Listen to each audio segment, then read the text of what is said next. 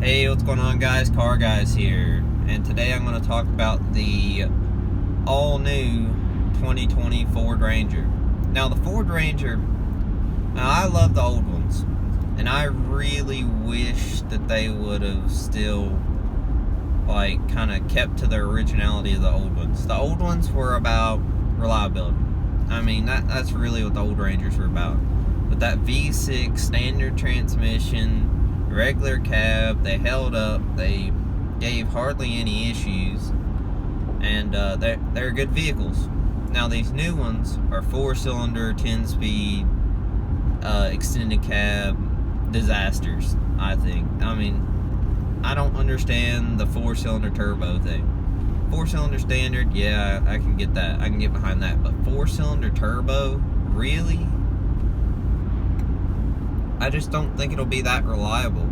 I mean, they're making it out as it's going to be like the most reliable thing ever. I don't think it'll be. And the Bronco's on the same thing, as I said in yesterday's upload. But, I mean, they should have just gave a better attempt at the Ranger.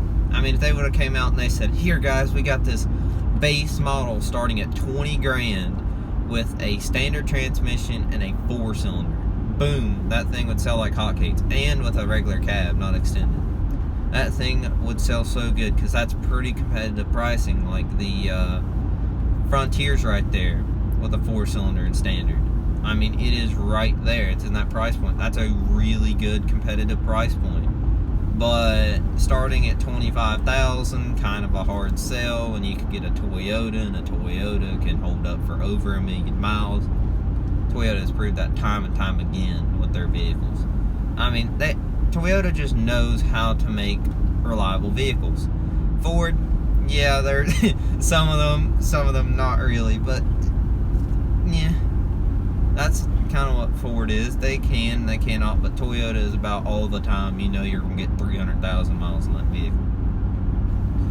But the new Ranger, the thing inside of it too, is I don't think it looks like that comfortable to sit in. And I sit at one at Barrett-Jackson. I know that's not like driving it, but it wasn't that comfortable to sit in. I mean, it was alright, but it wasn't that comfortable. Like, it wasn't something I'd just go out and like, wow, this thing sits amazingly. It wasn't that kind of deal. I mean, it was okay. I wouldn't buy it, but I'm not that big of a Ford guy. I'd go out and get a Colorado with a diesel and that kind of stuff. But the Ranger, I do think one thing Ford has really nice is the some of like the 4-wheel drive package, that kind of stuff. I think their packages are pretty nice. Like the Colorado's packages, they get pretty expensive pretty quick. Ford's, you can kind of do a little bit more customization on than GM's. GM, you know, you really can. I mean, you get what you get. And the thing with the Ranger 2 is that 10-speed transmission. I know they love it to death. I like the 10-speed too, but I feel like it would have been really good with a 6. Oh look, here's a little old Ranger I'm about to go by. You guys may or may not be able to see it, but I feel like it would have been better with like a 6 or something. But they could have done like with the old Dakotas, put the big old 5.0 in it. That thing would have been quick. It would have been nice too, but it probably would have cost a lot, and it would have made Ford kind of mad because they're like their fuel economy now, which they used to not be about, but evidently now that's a big deal, is fuel economy to them. And I seen the whole fiasco with the new Ranger and the fuel economy deal. I think that's kind of weird that they would like lie like that on their fuel economy runs. But not everything's out yet, so you can't really judge it right now.